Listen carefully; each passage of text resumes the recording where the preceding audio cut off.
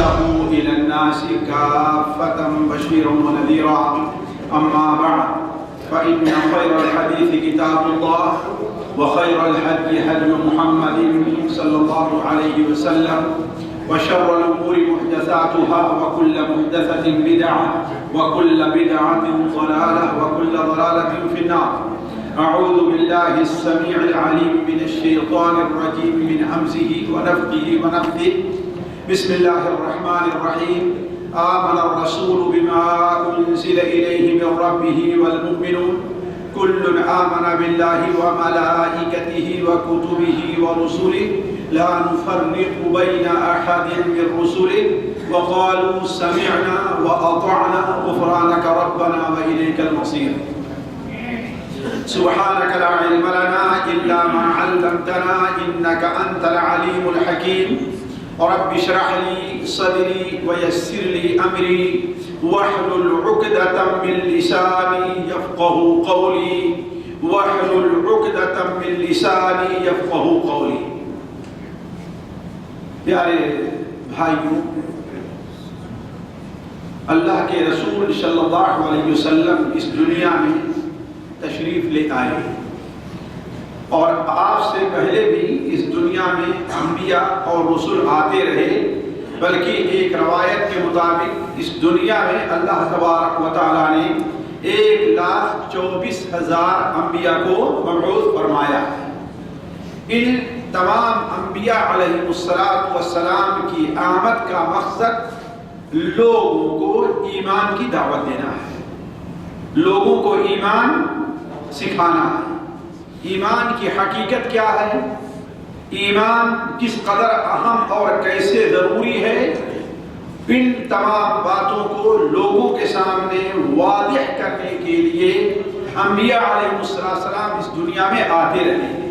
وہ ایمان خواہ اللہ تعالیٰ پر ایمان ہو، وہ ایمان خواہ اللہ تعالیٰ کے فرشتوں پر ایمان ہو، وہ ایمان خواہ آخرت کے دن کے اوپر ایمان ہو، وہ ایمان کیا اچھی اور بری تقدیر یا ایمان کے دوسرے ارکان ہوں. تمام انبیاء علیہ السلام کی بعثت اسی مقصد کے لیے ہوئی ہے. چنانچہ خود نبی کریم صلی اللہ علیہ وسلم نے قرآن مجید میں آپ کی بعثت کا جو مقصد بیان کیا گیا ہے، اللہ تبارک و تعالی ارشاد فرماتا ہے سورہ اعراف کے اندر، قل اے محمد صلی اللہ علیہ وسلم آپ لوگوں کو بتلا دیجئے کہ آپ اس دنیا میں کیوں آئے تھے، آپ کی بعثت کا، آپ کی آمد کا اس دنیا میں مقصد کیا ہے. تو قل یا ایھا الناس، آپ کہہ دیجئے کہ اے لوگوں، صرف عرب کے نہیں، صرف مسلمان ہی نہیں، بلکہ ساری دنیا کے لوگ، جس جگہ پہ لوگ بس رہے ہیں. یا ایھا الناس انی رسول اللہ الیکم جمیعا، میں تم تمام لوگوں کی طرف رسول بنا کر کے بھیجا گیا ہوں. صرف عرب کے لیے آپ رسول نہیں، صرف مسلمانوں کے لیے آپ رسول نہیں ہیں، بلکہ آپ ساری دنیا کے لوگوں کے لیے، بلکہ صرف انسانوں ہی کے لیے نہیں، آپ صلی اللہ علیہ وسلم جنوں کے لیے بھی رسول بنا کر کے بھیجے گئے ہیں. جیسے انسانوں کے اوپر نبی صلی اللہ علیہ وسلم کی اطاعت اور آپ کی پیروی ضروری ہے، ایسے ہی آپ کی آمد کے بعد جنوں پر بھی آپ صلی اللہ علیہ وسلم کی اطاعت اور فرمانبرداری ضروری ہے، جیسا کہ قرآن مجید سے واضح ہو رہا ہے. تو کہنے کا مطلب آپ صلی اللہ علیہ وسلم نے ارشاد فرمایا یا ایھا الناس، اللہ تعالیٰ ارشاد فرماتا ہے کہ آپ کہہ دیجئے یا ایھا الناس، اے لوگوں، انی رسول اللہ الیکم جمیعا، میں تم تمام لوگوں کی طرف اللہ کا رسول بنا کر کے بھیجا گیا ہوں. وہ اللہ لہ ملک السماوات والارض، وہ اللہ کہ جس ملک میں آپ رہ رہے ہیں، جس زمین پر آپ بس رہے ہیں، جس آسمان کے نیچے آپ ہیں اور اس آسمان سے آپ گونا گو فائدے اٹھا رہے ہیں، یہ زمین اور سارا آسمان کس کی ملکیت ہے؟ اسی کی ملکیت ہے. لہذا لا الہ الا ہو، عبادت کس کی جائے؟ اسی کی جائے، اس کے علاوہ کوئی عبادت کے لائق نہیں ہے. وہ اس قدر قدرت والا ہے کہ یحیی و یمیت، وہ تمام جانداروں کو وہی حیات دیتا ہے اور انہیں وہی تمام جانداروں کو موت بھی دیتا ہے. موت اور زندگی بھی اسی کے ہاتھ میں ہے. لہذا فآمنوا باللہ ورسولہ، ایمان لے آؤ اللہ تعالیٰ. دیکھیے آپ اپنی زندگی کا اپنی عمل کا مقصد بیان فرما رہے ہیں کہ وہ اللہ جو مارتا ہے، وہ اللہ جو جلاتا ہے، وہ اللہ جو آسمان اور زمین کا مالک ہے، وہ اللہ جس کے علاوہ کوئی عبادت کا حقدار نہیں ہے، اسی کی طرف سے رسول بنا کر میں تم تمام لوگوں کی طرف بھیجا گیا ہوں. لہذا کیا کرو تم لوگ؟ فآمنوا باللہ ورسولہ، اے لوگو تم اللہ پر ایمان لے آؤ اور اللہ کے رسول پر ایمان لے آؤ. وہ رسول جو نبی امی ہے، جو نبی امی ہے، ان پڑھ لوگوں میں اسے نبی بنا کر کے بھیجا گیا ہے. یؤمنوا باللہ وکلماتہ، وہ خود بھی اللہ تعالیٰ پر اور اللہ کے کلمات پر ایمان لے آتا ہے. واتبعوہ، اور رسول کی اتباع کرو، اس رسول کی اتباع کرو تاکہ تم لوگ کامیاب ہو جاؤ. اسی لیے نبی کریم صلی اللہ علیہ وسلم کی یہ ایسی صفت ہے جو صرف قرآن میں نہیں بلکہ نبی کریم صلی اللہ علیہ وسلم کی یہ صفات تورات اور انجیل کے اندر بھی موجود تھی. اسی لیے حضرت عبداللہ ابن عمر رضی اللہ تعالی عنہ سے جب پوچھا گیا کہ کیا نبی کریم صلی اللہ علیہ وسلم کا ذکر تورات میں موجود ہے، تو انہوں نے بیان کیا کہ ہاں، آپ کی جن صفات کا ذکر قرآن مجید میں ہے، جن آپ کی صفات کا ذکر قرآن مجید میں ہوا ہے، انہی میں سے بڑا صفات کا ذکر اللہ تعالیٰ نے کہاں فرمایا ہے؟ تورات کے اندر بھی. پھر صحیح بخاری شریف کی حدیث میں ہے کہ حضرت عمرو بن عاص نے نبی کریم صلی اللہ علیہ وسلم کی بعض ان صفات کا ذکر فرمایا جن صفات کے اندر اللہ تعالیٰ نے نبی کریم صلی اللہ علیہ وسلم کی دنیا میں بعثت کا مقصد بیان فرمایا ہے. تو کہنے کا مطلب ہے کہ نبی صلی اللہ علیہ وسلم اس دنیا میں آئے ہیں، آپ کی بعثت کا مقصد کیا ہے کہ لوگوں کو ایمان سکھلائیں.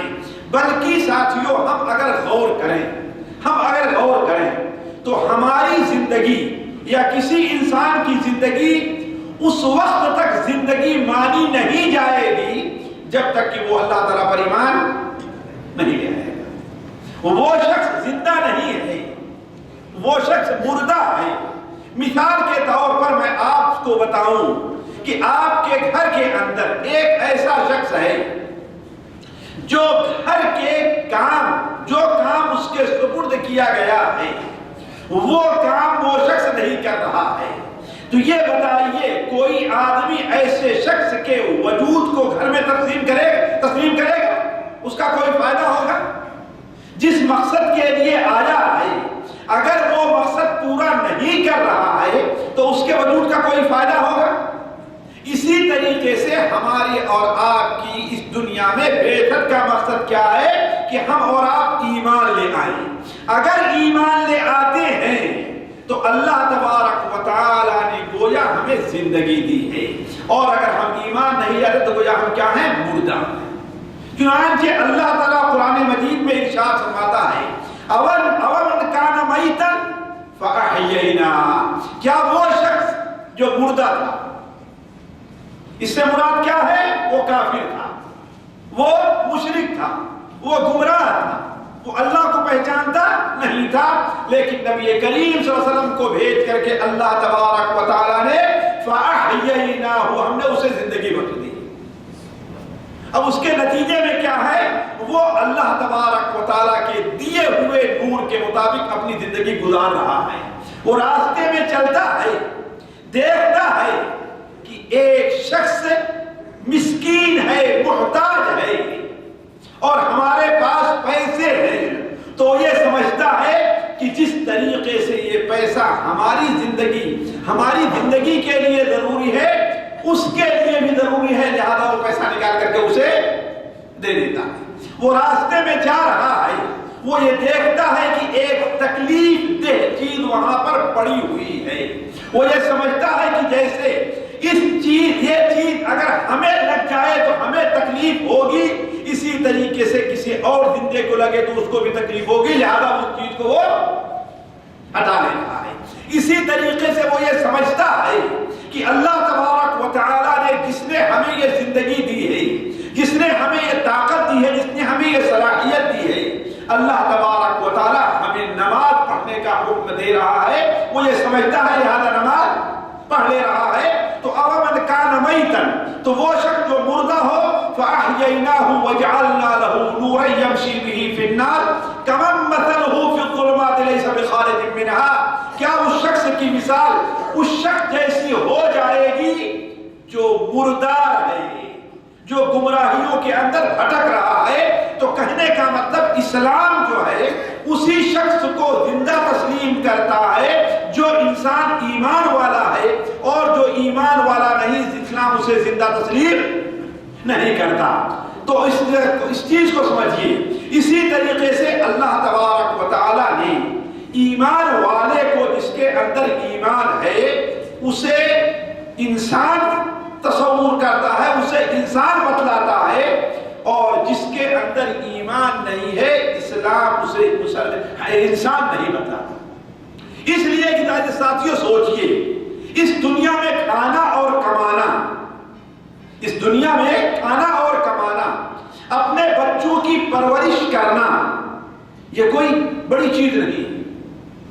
یہ تو ایک جانور بھی کر لیتا ہے۔ اپنے بچوں کی حفاظت تو ایک بلی بھی کر لیتی ہے۔ ایک صاحب بتانے لگے، ان کے انگلی میں پٹی بندھی ہوئی تھی کہ یہ کیا ہے بھائی، کیا ہے، وجہ کیا ہے؟ تو کہا کہ گھر کے کونے میں بلی نے بچہ دیا تھا، میں اس کو ہٹانے لگا اس کے بچوں کو، تو اس نے آ کر کے دانت کاٹ دیا، اس نے دانت کاٹ لیا۔ ابھی میرے گھر کا معاملہ ہے، ایک جگہ بلی نے بچہ دیا، جو کوئی اس کے قریب جاتا ہے وہ دوڑتی ہے آواز نکال کر کے کہ میرے بچے کے قریب نہ آؤ۔ تو کھانا پینا، بچوں کی حفاظت کرنا، کھلانا، ان کے لیے جگہ کا انتظام کر لینا، یہ کوئی انسانیت نہیں ہے۔ یہ تو حیوان بھی کر لے رہا ہے، یہ تو حیوان بھی کر لے رہا ہے، درندہ بھی یہ کر لے رہا ہے، جانور کرتا ہی نہیں کرتا۔ تو اصل یہ چیز حیوان انسانیت نہیں ہے۔ انسانیت تو یہ ہے کہ انسان جسے اللہ تعالیٰ نے یہ شرف بخشا ہے کہ اللہ نے اس کا پتلا اپنے ہاتھ سے بنایا ہے کہ نہیں؟ اللہ نے اس کا پتلا، باقی تمام حیوانات کو لفظ کن سے اللہ نے پیدا کیا، لیکن انسان کا پتلا اللہ نے اپنے ہاتھ سے بنایا ہے، اور اس پتلے کے اندر اپنی طرف سے اللہ نے روح پھونکی ہے۔ اور یہی نہیں، اللہ تبارک و تعالیٰ نے اسے عقل وہ دی ہے، وہ سمجھ دی ہے اللہ تبارک و تعالیٰ نے کہ کسی اور مخلوق کو وہ سمجھ حاصل نہیں۔ وَلَقَدْ خَلَقْنَا الْإِنسَانَ فِي أَحْسَنِ تَقْوِيمٍ، ہم نے انسان کو بہترین ساخت پر، عقل کے لحاظ سے بھی اس کی جو ساخت ہے کسی اور جانور کی، کسی اور زندے، کسی اور جاندار کی نہیں ہے۔ شکل و صورت کے لحاظ سے اس کی جو ساخت ہے وہ کسی اور جانور کی نہیں ہے۔ سمجھ کے لحاظ سے، تدبیر کے لحاظ سے، مستقبل میں پلاننگ کے لحاظ سے اس کی جو سوچ ہے وہ کسی اور جانور کی نہیں ہے۔ اسی لیے دیکھیں، بلکہ ایک بات آ گئی تو لطیفہ آپ کے سامنے ذکر کر دوں کہ ایک شیر جب بوڑھا ہونے لگا تو دیکھا اس کا چھوٹا سا بچہ ہے۔ اب شیر نے یہ دیکھا کہ میں اپنے بچے کی صحیح تربیت یعنی اس کو سکھا نہیں سکا اور میں اس دنیا سے جا رہا ہوں، تو اپنے بچے سے کہتا ہے بیٹا دیکھو، اس جنگل میں جہاں کہیں تم رہنا، جہاں کہیں رہنا، تمہیں کوئی خطرہ نہیں۔ اگر تم بچنا تو انسان سے بچنا، بس انسان سے بچنا۔ اگر تمہیں خطرہ ہے تو کس سے خطرہ ہے؟ انسان سے خطرہ ہے۔ اب بوڑھے باپ نے یہ وصیت کی اور وہ دنیا سے چلا گیا۔ شیر بچہ ہوا تھا، اب وہ بڑا ہوا، جوان ہوا، اب جوانی کا جب ذوق اور جوانی کا جنون جب سکھایا تو کہا کہ آخر وہ انسان کون ہے، کون سی ذات ہے، کون سی چیز ہے۔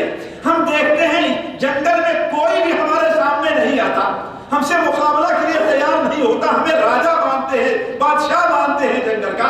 آخر وہ ہے کون انسان؟ کہاں ڈھونڈتے نکلتے ہیں انسان کو؟ تو ڈھونڈے نکلا تو ایک اونٹ سے اس کی ملاقات ہو گئی، تو دیکھا کہ یہ ہم سے بہت بڑا ہے، اس کا جسم بھی ہم سے بہت بھاری ہے۔ کہا کہ یہی انسان ہوگا۔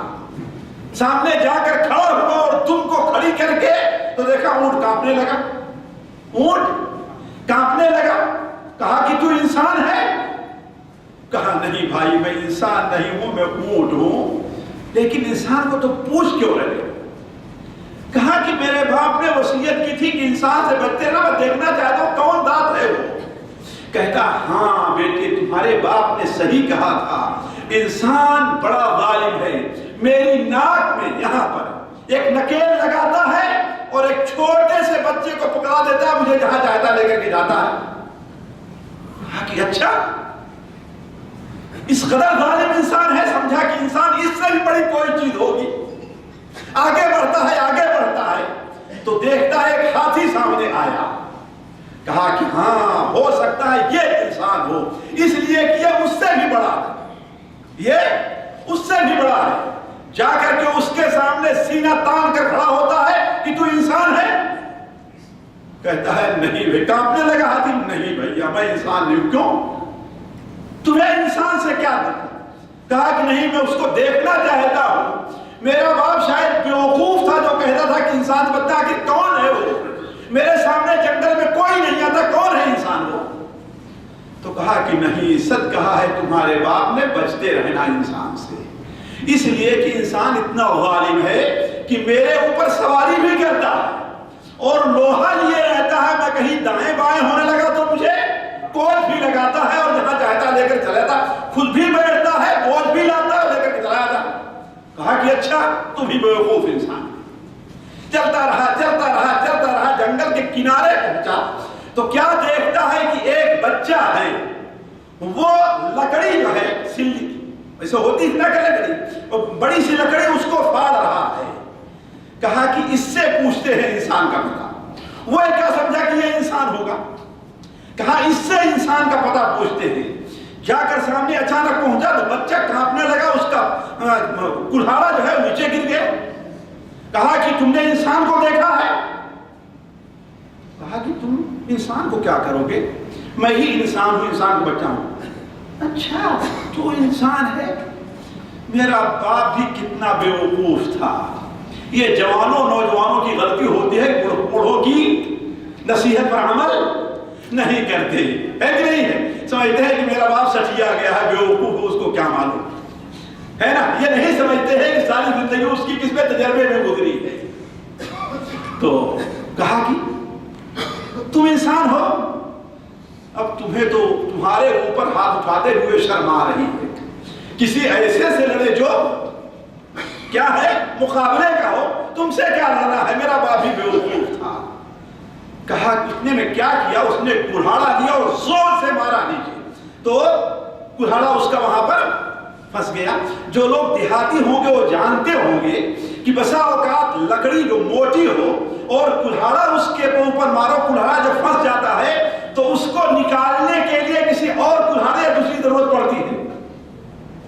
اب اس میں جگہ ہو گئی تو اس نے شیر سے کہا کہ کوئی بات نہیں، مجھے مار کے کیا کریں گے، ظاہر بات جب آپ سے بڑے بڑے جانور ڈرتے ہیں تو میرا کیا معاملہ ہے، لیکن یہ میری کلہاڑی پھنس گئی، نکل نہیں رہی ہے، ذرا آپ اس میں تھوڑا سا ہاتھ لگا کے اسے زور لگائیں تاکہ میں کلہاڑی نکالوں اپنی جو جگہ ہوئی تھی لکڑی میں۔ اتنے میں شیر نے کیا کیا، ایک ہاتھ لگایا اپنا آگے کا پنجہ، اس سے نہیں تو دونوں ہاتھ لگا کر ایسے کرنا چاہا۔ اس نے کیا کام کیا، کلہاڑی نکالا، اس کا دونوں ہاتھ پھنس گیا، اس میں شیر کا دونوں ہاتھ اس میں پھنس گیا۔ اب شیر